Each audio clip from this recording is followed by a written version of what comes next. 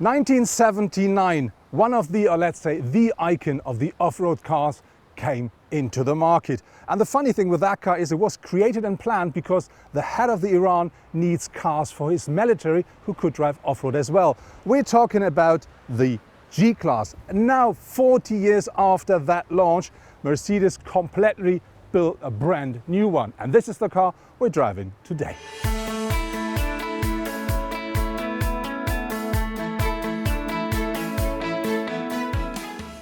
When you have your first look at the new G-Class, the first thing you see, it's not so easy to say is this the new or the old version, because it still looks very similar than the predecessor. But I think the new one is a bit more soft and it looks a bit more modern as well. But there are loads of things that are going to remind you regarding to the old one. So have a look at the front. You find these very nicely round-shaped headlamps here.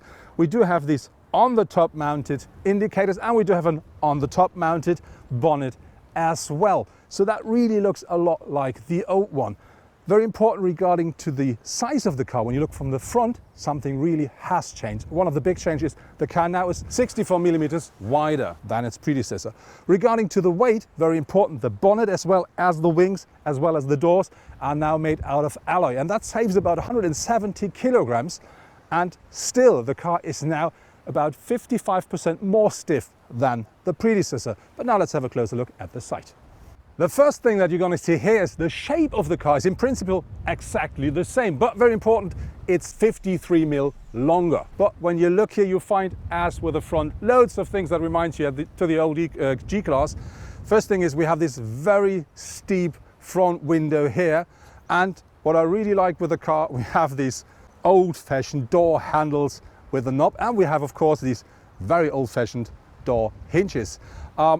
When you have a look here, our car, because we do have the AMG version, we do have not only have the side pipes, we also have these 22-inch alloys here with the AMG brakes. We have a red brake here, and we have these very nice big discs as well. At the rear of the car, we do find a typical boxy G-Class. Again, of course, we find the typical door handle, and we have this flat rear window. And something you should not miss with a new G-Class is, of course, these extra wheel mounted on the rear door.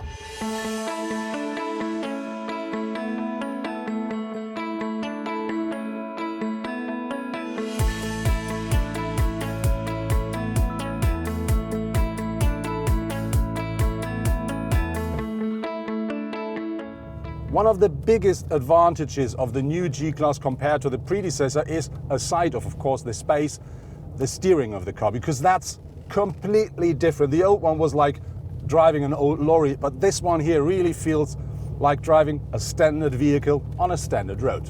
When the G-Class hits the market for the first time, 1979, the smallest engine that Mercedes offers at that point only offers 75 horsepower, and this is nothing regarding to what we drive today, especially if you're talking about our G63 AMG. This car features the new V8 4-liter bi-turbo engine, and that offers in this car here 585 horsepower, 850 newton meters of maximum torque. But if you talk about the smaller version, which is the G500, that is not a lot less. It also offers 422 horsepower, 610 newton meters.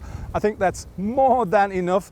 And both of the cars are featuring the 4-liter bi-turbo V8, and both of the cars are featuring a 9-speed automatic gearbox. And I'm quite sure the next engine we're going to see on the market will be a diesel. And not to get any scratches or dents onto our 22 lovely alloys at the AMG model while going off-road, we now change to the G500.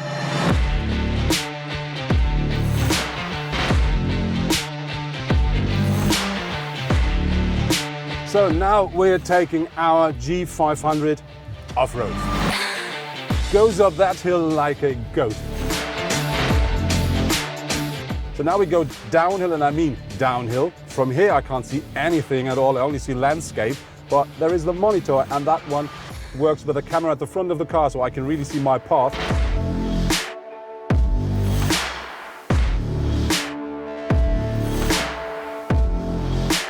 Now, next to me is Gunnar Gutenke. He's, let's say, head of the G-Class. Gunnar, you say this really is a big step. You really build a completely new car. Now we have this wonderful model here. So can you explain something regarding to the suspension and to the frame? What happens here and what are the biggest highlights? The major change that we have is that we now have an independent front suspension, which is new to the G-Class and which is offering more precise ride and handling on the road. But also if you ride it off-road, you will find it also helps there and is a positive element. So it's worth, first of all, taking a look underneath the car, because that's rather important when you go off-road.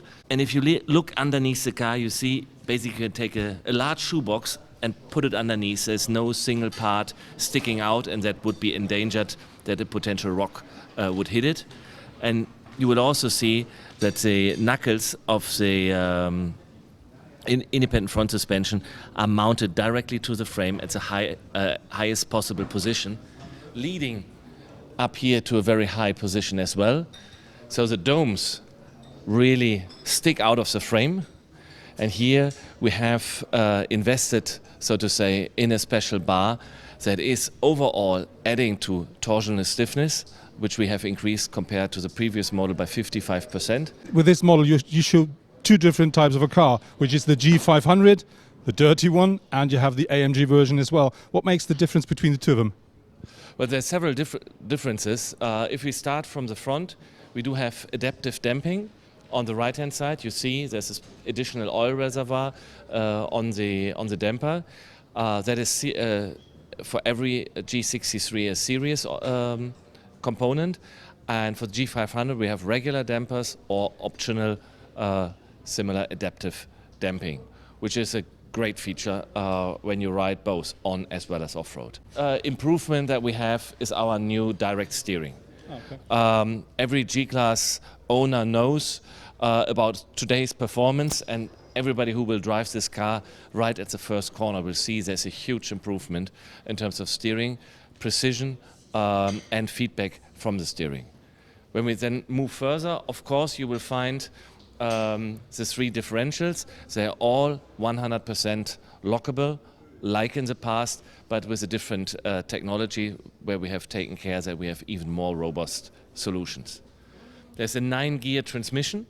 It comes in two different variants, the standard 9-gear transmission for the G500 and an especially reinforced version for the AMG, which is offering lower shifting times. What about the frame? Did you change anything regarding to the frame? Well, it's a completely new frame. It's still a leather type frame because we think it's a backbone for the legendary reliability and robustness of the G-Class. It has been, as said before, reinforced to offer additional torsional stiffness as well as additional crash performance. You as the head of the G-Class, there must be the one highlight for you, the one where you say, this is my personal topic. What is it?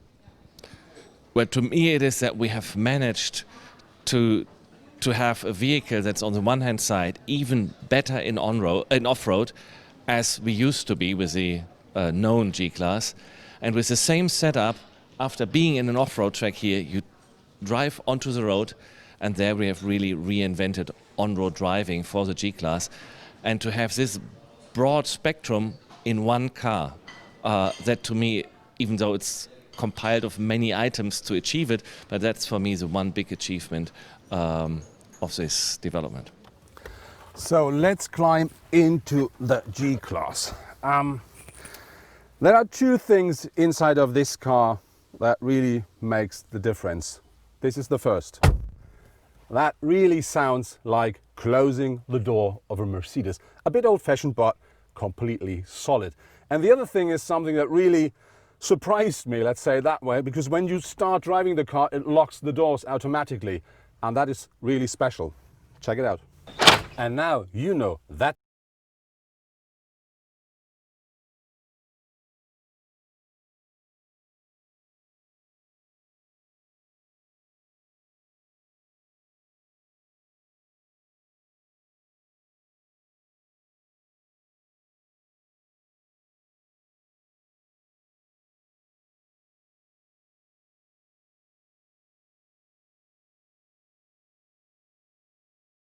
V8 bi-turbo on board with these 585 horsepower, 850 newton meters of torque. if you push the pedal to the metal with that car, that really feels like being on a rocket, and when you lift off, somebody kicks your ass on top. But this rocket weighs more than 2 tons. My absolutely highlight with the new G-Class is for sure the space here in the interior, because I do fit into that car now, which I didn't with the old one. This is how I sit in one of the old G-Wagons. This car here is from 1985, and I have to say comfort is completely different, and a problem is coming up when I try to get down to the pedals. That car grows in every dimension. We have here in the interior 10 centimeters regarding to the length, 12 regarding to the width, and I have 4 centimeters more in the height. And this is something I can really feel while sitting in the car. I sit very comfortable. As you see, I do have really enough space above me, which I don't have in so many cars. But nevertheless, when I'm sitting at the front, still, even though the car has been grown a lot, behind me there's not plenty of space. But to be honest, with nearly 2 meters tall, there are not so many cars where you can sit comfortably behind me.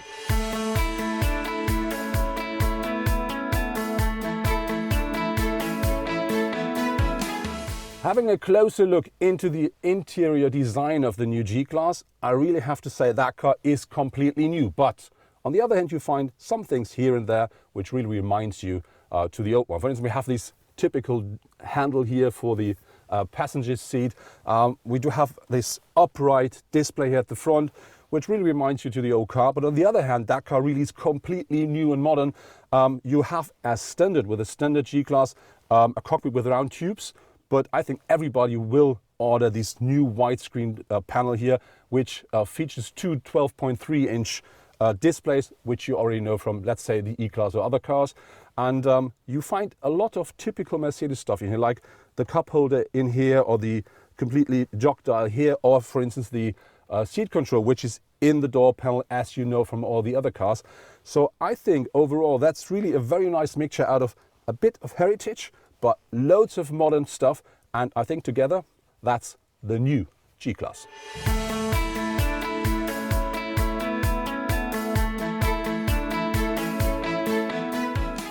Another thing aside to the comfort of the car is the new G-Class is a lot more quiet at the interior than its predecessor.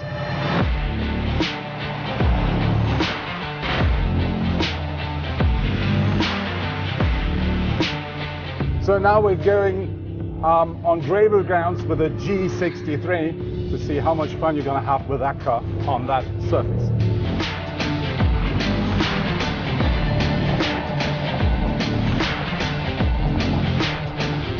So now we're in Sport Plus mode, and I really have to say that's absolutely great fun, pure pleasure to drive. So next to me is again Jan Gleitzmann. As he said, he's a Mercedes fanboy, but Jan drove a different car than I did because he's driving the G500. So Jan, what do you think about that car? I'm a Mercedes-Benz fanboy, and the G-Class is my favorite Mercedes.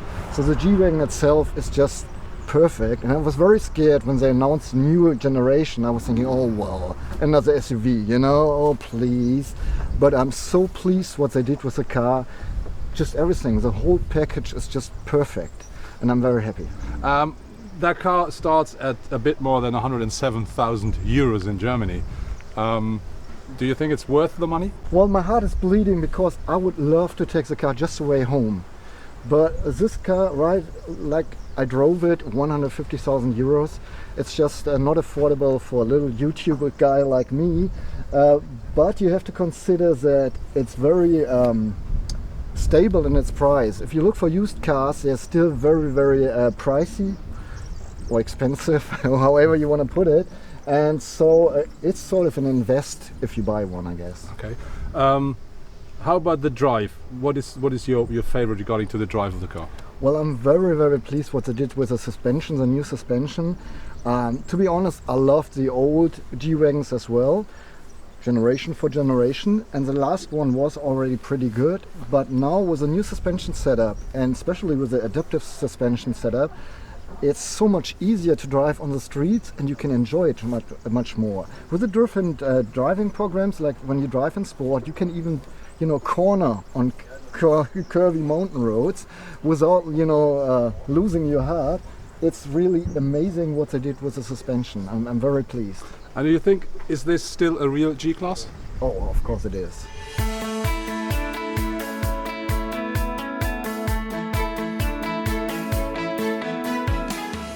That was my review with the brand new G-Class, or let's say it correctly, with the brand new Mercedes-Benz AMG G63. What I really like with that car is that Mercedes made it happen to create a completely new car, but it still looks the same. Absolutely amazing. But more important is we have loads of new technology on board. We have a brand new infotainment system. We do have a completely new suspension, completely new frame. The whole car is completely new and absolutely up to date. And what I do like the most is, of course, I do feel safe and I do have enough space in that car, which didn't work with the old one. The question now is, does somebody need the G-Class, or let's say, does somebody need the Mercedes-Benz G63 G-Class? I'm sure nobody needs the car, but on the other hand, I'm 100% sure